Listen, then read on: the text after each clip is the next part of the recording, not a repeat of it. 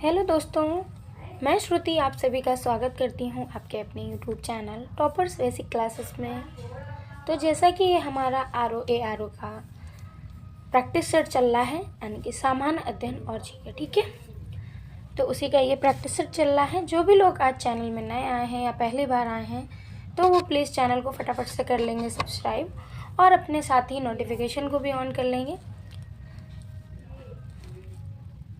Notification आप इसलिए on कर लेंगे ताकि जो भी आने वाला वीडियो होगा वो आपको टाइम टू टाइम प्रोवाइड होता रहेगा, ठीक है। इसी के साथ चलते हैं, अपने प्रैक्टिस सेट को स्टार्ट करते हैं। स्टार्ट करने से पहले जिन लोगों को हिंदी का प्रैक्टिस अपना देना चाहते हैं या करना चाहते हैं तो उसको मैंने पहले ही करा रखा है, उसकी प्लेलिस्ट आपकी बनी हुई है, तो आप जाके वहाँ से देख सकते हैं। तो चलिए, आज के जो हमारे प्रैक्टिस सेट का क्वेश्चन है, क्लास को फटाफट से सभी लोग कर देंगे लाइक। आइए देखते हैं क्या क्वेश्चन है हमारा।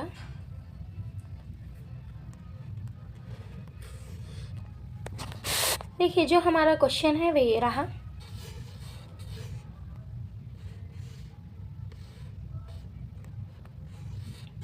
समुद्र लक्ष्मण संयुक्त नौसेना अभ्यास का आयोजन इनमें से किन दो देशों के मध्य हाल ही में किया गया? इम्पॉर्टेंट क्वेश्चन है आप, ठीक है। तो ये आपका किन दो देशों के मध्य हुआ है?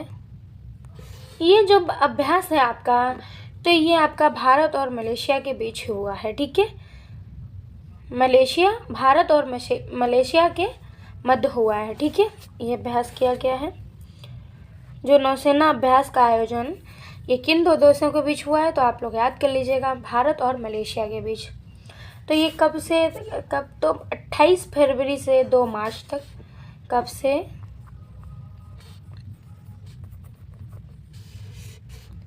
फरवरी से 2 मार्च तक। 2 मार्च के मध्य भारत और मलेशिया के नौसेना द्वारा समुद्र लक्ष्मण नौसैन्य अभ्यास के तीसरे संस्करण का आयोजन विशाखापट्टनम में किया गया, ठीक है। ये इम्पॉर्टेंट है, इसलिए इसका विस्तृत करवा रही हूँ। विशाखापट्टनम में किया गया। इसमें आपके अगर बात करें तो भारतीय नौसेना का जहाज क्लिंटन और रॉयल मलेशियाई जहाज केडी लीकर ने हिस्सा लिया। इस अभ्यास का प्रमुख उद्देश्य जो था वह भारतीयों और रॉयल मलेशिया नौसेना के बीच संबंधों को सशक्त करना, आपसी सामंजस्य को बढ़ाना, ठीक है। ये उसका था। तो चलिए, इसी के साथ चलते हैं हम अपने नेक्स्ट क्वेश्चन की ओर। तो नेक्स्ट हमारा जो क्वेश्चन है आपके ये रहा स्क्रीन पे। क्वेश्चन है हमारा, नई दिल्ली के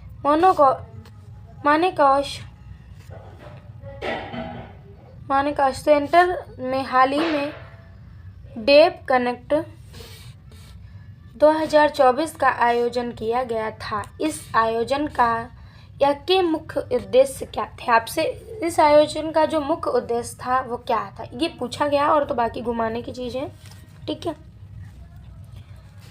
तो आइए देखते हैं इस आयोजन का उद्देश्य पहले क्या था। पहला जो विकल्प है उसको पढ़ते हैं। रक्षा उत्पादन में स्वदेशी नवाचार को बढ़ावा देना, ठीक है। तो ये तो आपका था। बाकी जो अगर हम बात करें तो रक्षा निर्यात में बढ़ोतरी करना ये नहीं था। रक्षा आयात में कमी करना भी नहीं था। तो आप देखिए, ऑप्शन आपका ए यहाँ पे बिल्कुल राइट हो जाएगा, क्योंकि हमारा एक ही विकल्प है, फिर बिल्कुल सत्य दिया है यहाँ पे। इसी के साथ चलते हैं आपके नेक्स्ट क्वेश्चन की ओर। तो नेक्स्ट हमारा जो क्वेश्चन है वो ये रहा।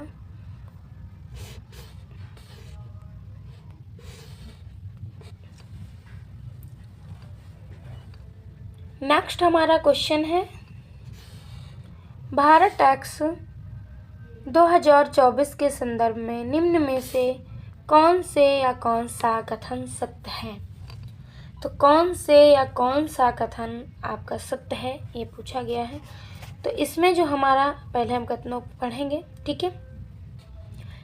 पहला जो हमारा कथन दिया है, इसका उद्घाटन प्रधानमंत्री नरेंद्र मोदी ने किया था। तो जी हाँ, ये तो आपका सत्य है, ठीक है।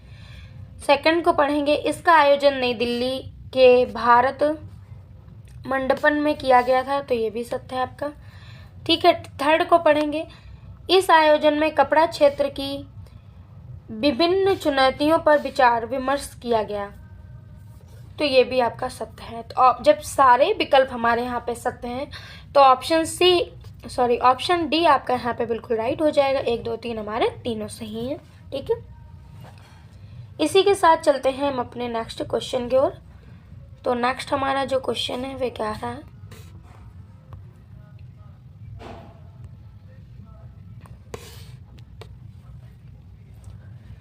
नेक्स्ट हमारा जो क्वेश्चन है वह ये रहा। भारतीय अंतरिक्ष अनुसंधान संगठन इसरो के चंद्रयान 3 के रोवर प्रज्ञान का मुख्य ऊर्जा स्रोत है। क्या मुख्य ऊर्जा स्रोत है? ठीक है, तो ये आपका सूर्य का प्रकाश क्या स्रोत है? सूर्य का प्रकाश। ऑप्शन सी आपका यहाँ पे बिल्कुल राइट हो जाएगा। ठीक है, प्रज्ञान रोवर का जो मुख्य ऊर्जा स्रोत है वो क्या है?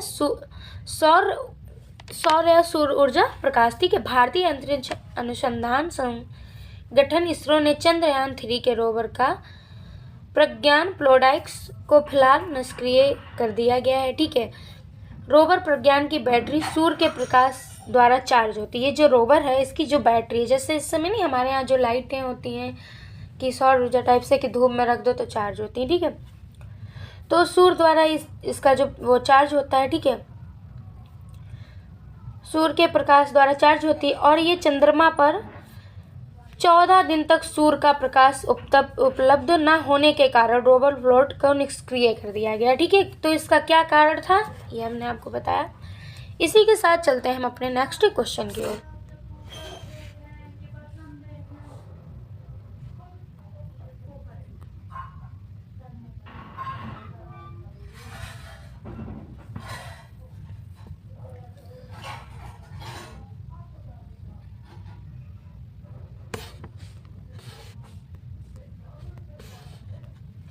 तो नेक्स्ट हमारा जो क्वेश्चन है वह ये रहा।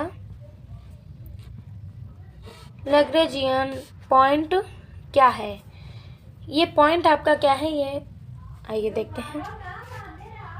जो हमारा पॉइंट है, एक बिंदु जहां गुरुत्वाकर्षण बल पृथ्वी और सूर्य के बीच संतुलन तक पहुंचते हैं। ठीक है, तो ये एक पॉइंट हमारा क्या है? एक बिंदु जहां गुरुत्वाकर्षण बल पृथ्वी और सूर्य के बीच संतुलन तक पहुंचते हैं। ऑप्शन बी आपका यहाँ पे बिल्कुल राइट हो जाएगा। ठीक है, इसी के साथ चलते हैं अपने नेक्स्ट क्वेश्चन की ओर।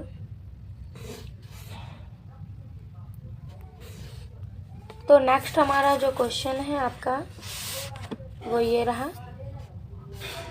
उत्तर प्रदेश के किस जिले में द्वारस माधव सर्किट का निर्माण किया जाएगा? तो ये आपका कहाँ किया जाएगा? देखिए नाम से ही हमें पता चल रहा है ये कहाँ पे किया जाएगा। इसका ये आपका प्रयागराज में किया जाएगा। ऑप्शन डी आपका यहाँ पे बिल्कुल राइट हो जाएगा। ठीक है, द्वादश माधव सर्किट का निर्माण आपका प्रयागराज में किया जाएगा। ठीक है, प्रयाग का प्रधान देवता के रूप में भगवान महादेव के द्वादश स्वरूपों तक श्रद्धालुओं की अपनी पहुँच हेतु, ठीक है, पहुँच हेतु 125 किलोमीटर लंबे इस सर्किट का निर्माण किया जाएगा। ठीक है, महाकुंभ 2025 से पहले पूरा करने का लक्ष्य रखा गया है। ठीक है, इसी के साथ चलते हैं हम अपने नेक्स्ट क्वेश्चन की ओर। तो नेक्स्ट हमारा जो क्वेश्चन है वे रहा। उत्तर प्रदेश के किस जिले में महिला विश्वविद्यालय की स्थापना की जाएगी? इंपॉर्टेंट है ये। तो ये आपके गोरखपुर जिले में की जाएगी। ठीक है, कौन से जिले में? गोरखपुर जिले में आपकी महिला विश्वविद्यालय बनवाया जाएगा। इसमें आपकी अंतर्राष्ट्रीय स्तर की सभी सुविधाएं भी उपलब्ध होंगी। ठीक है,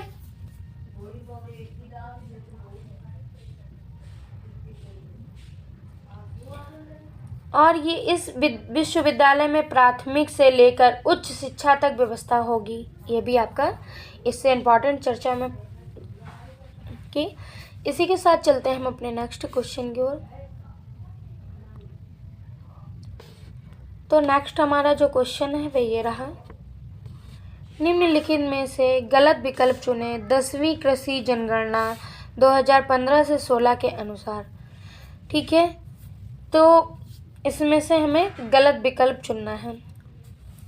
तो गलत विकल्प आपका क्या है, आइए देखते हैं।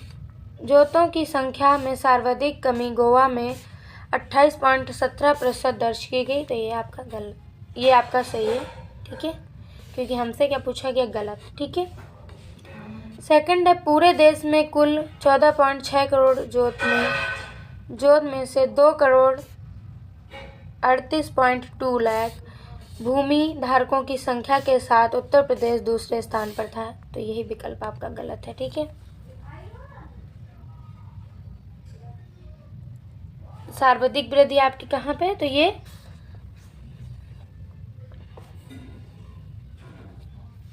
ठीक है, यही विकल्प आपका गलत है। तो ऑप्शन बी आपका यहाँ पे बिल्कुल राइट हो जाएगा, जो कि हमसे गलत विकल्प पूछा गया था। इसी के साथ चलते हैं अपने नेक्स्ट क्वेश्चन की ओर। तो नेक्स्ट हमारा जो क्वेश्चन है वो ये रहा, नवीनतम आंकड़ों के अनुसार सही विकल्प चुनें। ठीक है, नवीनतम आंकड़ों के अनुसार सही विकल्प को हमें चुनना रहेगा। 2023 से 24 तक फसल वर्ष में कुल खाद्यान्न उत्पादन रिकॉर्ड 30.93 लाख टन होने के का अनुमान है। ठीक है, क्या है, तो ये आपका सही है, ठीक है। सेकंड हमारा जो है उसको देखते हैं, आइए। वर्ष 23 से 24 के दौरान गेहूं का उत्पादन 11 लाख टन अनुमानित है। 11-20.19 लाख टन, ठीक है, अनुमानित है। तो ये भी आपका सत्य है, तो ऑप्शन ए आपका यहाँ पे बिल्कुल राइट हो जाएगा। इसी के साथ चलते हैं हम अपने नेक्स्ट क्वेश्चन की ओर।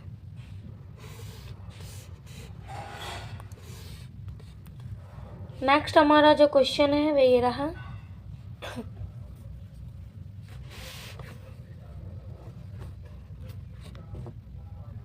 वर्ष 2022 से 23 में कृषि के लिए जारी प्रमुख फसलों के उत्पादन के दूसरे अग्रिम अनुमान के अनुसार नीचे दी गई सभी फसलों में से किस तिलहन फसल का उत्पादन सबसे अधिक हुआ है। तो सबसे अधिक अगर किसी फसल का हुआ है तो वह आपके सोयाबीन का सबसे अधिक हुआ है। कितना,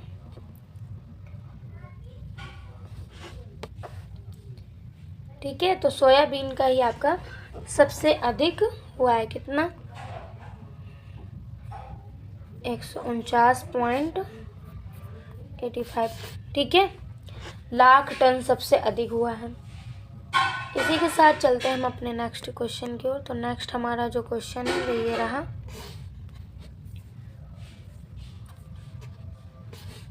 निम्नलिखित में से सही विकल्प चुनें। सेम टू सेम हमें मिल गया कि सही विकल्प चुनना रहेगा।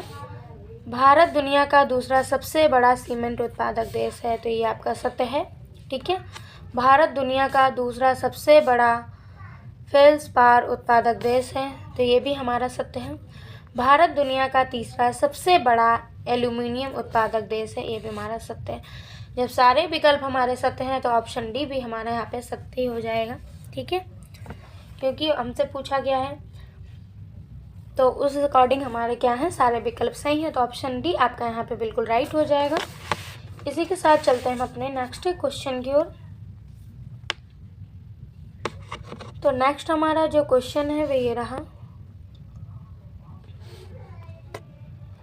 क्वेश्चन है हमारा, निम्नलिखित में से कौन सही सम्मिलित नहीं है। ठीक है, खनिज है, दूसरी तरफ उनके प्रदेश हैं या प्रदेश, ठीक है, एक तरफ हमारे खनिज दिए गए, दूसरी तरफ देश दिएगा, और कौन का प्रथम है, क्या है, ठीक है।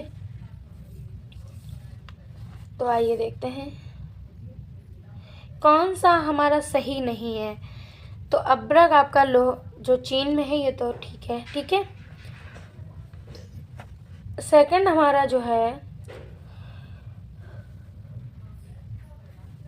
लोहास्क, ये हमारा चीन में नहीं है, ठीक है। तो यही जो हमारा है जो सही सम्मिलित नहीं है, ठीक है। जो हमारा लौह अयस्क है ये आपका कहाँ पे है, ऑस्ट्रेलिया में प्रथम स्थान पर है, ठीक है। कहाँ पे है, चीन को काट देंगे, हम कर देंगे यहाँ पे ऑस्ट्रेलिया,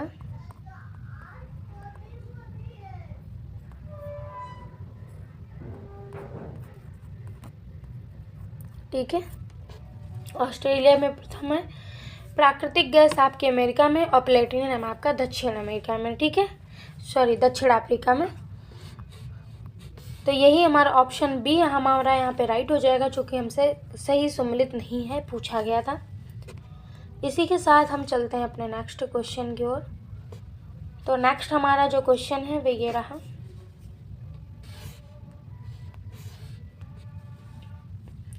चतुर्थ बौद्ध संगीति परिषद हुई थी, तो ये किसके शासनकाल में हुई थी?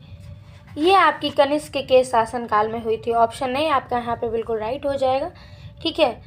कनिष्क जो था 78 से 105 ईस्वी तक,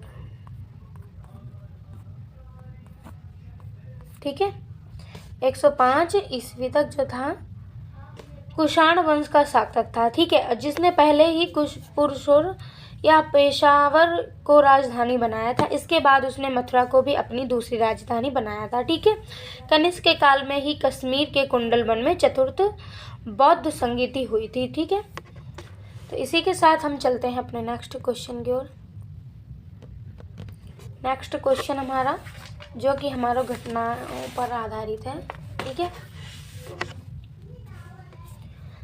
ये हम कैसे सही कर सकते हैं? तो हमें घटनाओं का क्रम यानी सीक्वेंस पता हो कि पहले कौन सी तभी कर सकते हैं, ठीक है। आइए देखते हैं।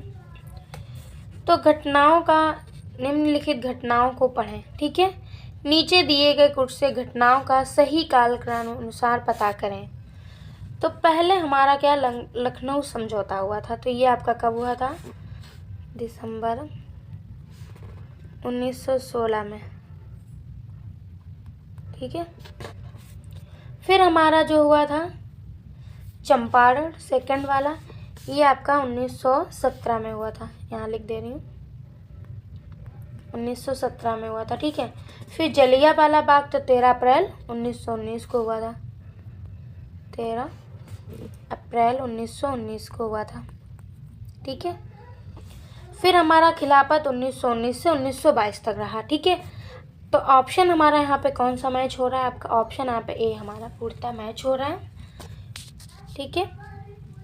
इसी के साथ हम चलते हैं अपने नेक्स्ट क्वेश्चन की ओर। तो नेक्स्ट हमारा जो क्वेश्चन है वे रहा, शाक सावंत प्रारंभ होता है। तो ये प्रारंभ होता है, ठीक है, ये आपसे पूछा गया। ये 78 ई से प्रारंभ होता है, ठीक है। ये नए शाक सावंत का प्रतीक है। ऑप्शन ए आपका यहाँ पे बिल्कुल राइट हो जाएगा। इसी के साथ हम चलते हैं अपने नेक्स्ट क्वेश्चन की ओर।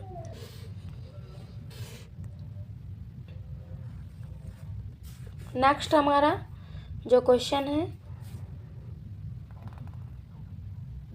वे ये रहा, भारतीय राष्ट्रीय कांग्रेस ने अपने किस अधिवेशन में भारत सरकार अधिनियम 1935, इसको मिनी संविधान भी कहा गया, 1935 को अस्वीकार किया था, ठीक है। तो ये कौन सा आपका अधिवेशन था? ये आपका लखनऊ का अधिवेशन था 1936 में, ठीक है। भारत सरकार अधिनियम 1935 को अस्वीकार किया था, ठीक है। अगर हम बात करें तो इस अधिवेशन की जो अध्यक्षता की थी वे किसने की थी? तो जवाहरलाल नेहरू थी, ठीक है, जवाहरलाल नेहरू ने की थी। नेहरू ने ही भारत सरकार अधिनियम 1935 की आलोचना करते हुए इसे दास्ता का घोषणा पत्र कहा था, ठीक है। ये आपसे पूछा गया कि दास्ता का पत्र घोषणा पत्र किसे कहा गया, तो वही। चलिए इसी के साथ चलते हैं हम अपने नेक्स्ट क्वेश्चन की ओर। तो नेक्स्ट हमारा जो क्वेश्चन है वह ये रहा, निम्नलिखित में से किस स्रोत में उल्लिखित है कि प्राचीन भारत में दास्तां नहीं थी, ठीक है। ये किसमें? तो ये आपकी मैगस्थनीज की जो इंडिका पुस्तक है, ठीक है। इसके अनुसार प्राचीन भारत में दास प्रथा प्रचलित नहीं थी, ठीक है। ये भी आपको दास प्रथा ही पूछा गया है, ठीक है, दास्तां ही बोला गया, प्रचलित नहीं थी। जबकि कौटिल्य के कृत अर्थशास्त्र में कुल 9 प्रकार के दसों का उल्लेख मिलता है। ठीक है, चलिए इसी के साथ चलते हैं हम अपने नेक्स्ट क्वेश्चन की ओर। तो आज का हमारा नेक्स्ट और लास्ट जो क्वेश्चन है वह ये रहा।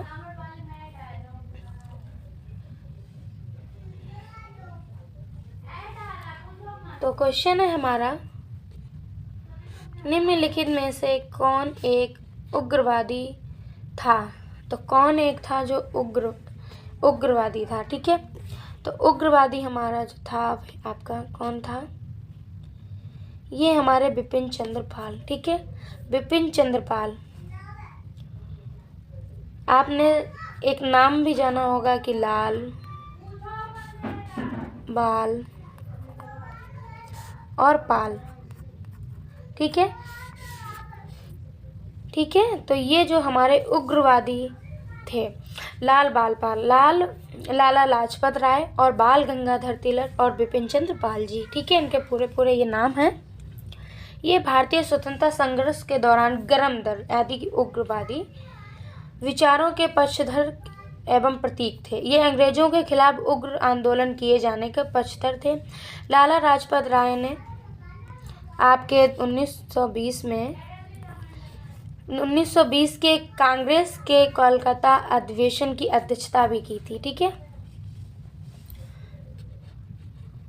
तो ऑप्शन आपका यहाँ पे क्या है, सी यहाँ पे बिल्कुल राइट हो जाएगा। आज के लिए इतना ही, कल फिर मिलते हैं एक नए प्रैक्टिस सेट के साथ और आप सभी लोग जुड़े रहें टॉपर्स बेसिक क्लासेस के साथ।